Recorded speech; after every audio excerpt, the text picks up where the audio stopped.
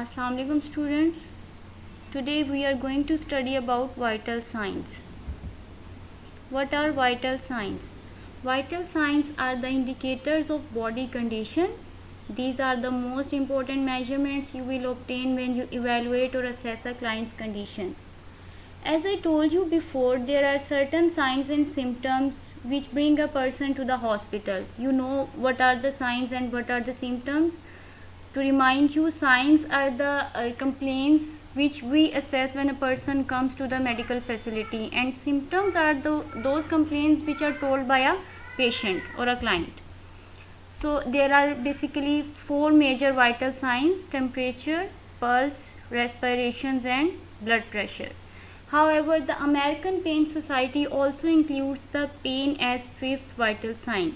In this lecture, we will discuss the above four mentioned vital signs: temperature, pulse, respiration and blood pressure, and pain will be discussed separately in another unit. So in addition to these vital signs, there are certain body measurements which you have to take when a person arrives to the medical facility. These are height, weight and head circumference of the client. Vital signs are the temperature, pulse, respiration and blood pressure, usually taken at each medical office visit and are compared to patient's baseline values. Results must be kept private according to Health Insurance Probability and Accountability Act of 1996. Following OSHA guidelines is essential in preventing the transmission of the diseases. So you have to take care of these two guidelines while taking vital signs. So first of all, we will discuss about temperature. What is body temperature? Body temperature reflects the balance between heat produced and lost from the body and is measured in units called degrees. These may be degree Fahrenheit or degree centigrade. Body temperature is one of the first assessment done. So when we take the vital signs, we will have to take the temperature first from every vital sign. So temperature ranges from 98 degree Fahrenheit or 37 degree Fahrenheit, and we have a range for taking temperature, that is 96.8 degree Fahrenheit to 100.4 degree Fahrenheit temperature is considered to be normal. So we never label a person with a temperature of 96.8 degree Fahrenheit as hypothermic or 100 degree 0.4 degree Fahrenheit as hyperthermic. So there is a range. If a person shows temperature below or above these ranges, so we will label him or her as hypothermic or hyperthermic. So there are two types of body temperature: core body temperature and surface body temperature. So core temperature is the temperature of the deep tissues of the body, such as the abdominal cavity and pelvic cavity, and surface body temperature is the temperature of the skin subcutaneous tissues. How is the body temperature regulated in our body? There are certain sensors in the periphery and core which perceive the temperature, whether from the environment or any object, and that temperature is integrated in the hypothalamus. Hypothalamus is the part of the brain, as you all know, that regulates our body temperature. Then hypothalamus commands the effectors to adjust the production or loss. So hypothalamus will decide whether effectors will consume heat or will lose heat from the body. What are the factors affecting temperature? Temperatures can vary due to age, time of the day, allergic reaction, illness, stress, exercise and exposure to heat or cold.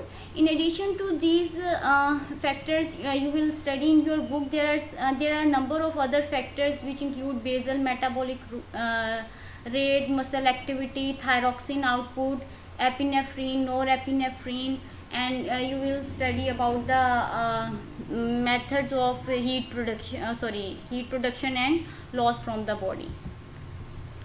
So how is the temperature taken? There are four routes of taking temperature: tympanic, oral, rectal and axillary.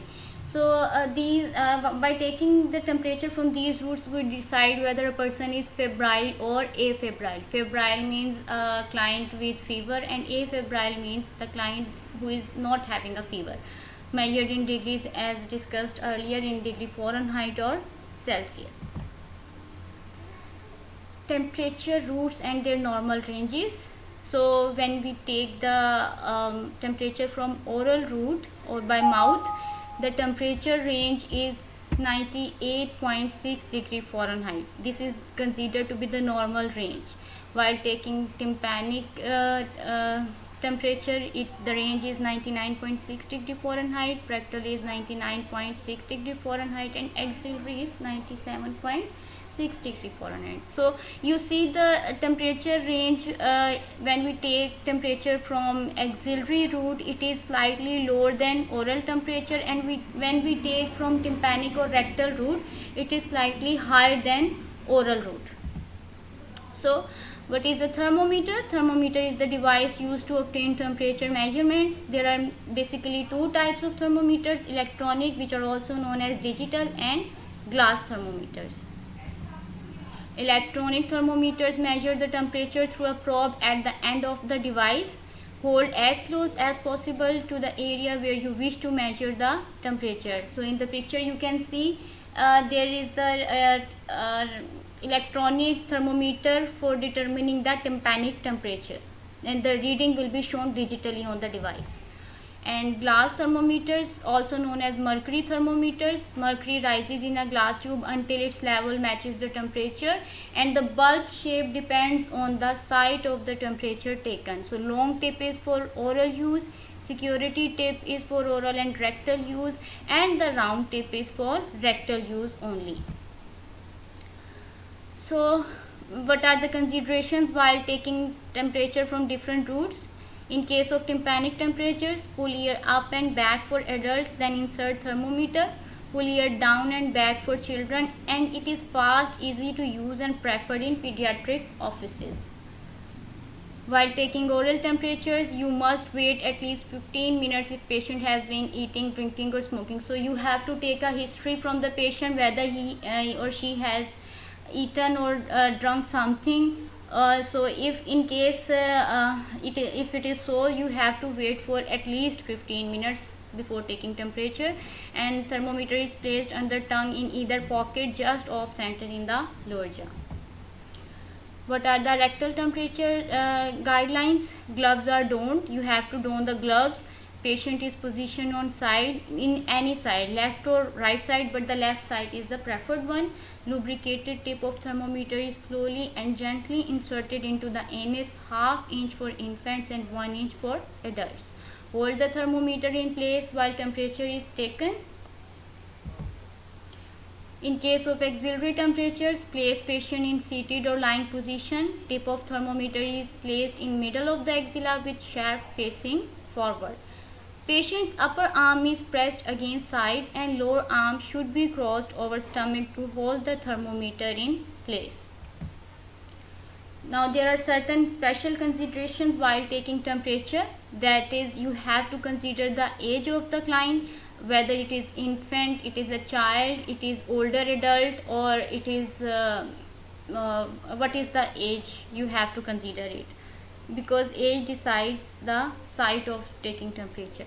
And what is the potential for injury? For example, in case of a patient with hemorrhoids, you cannot take rectal temperature, and proper techniques should be followed. OSHA and HIPAA guidelines should be followed.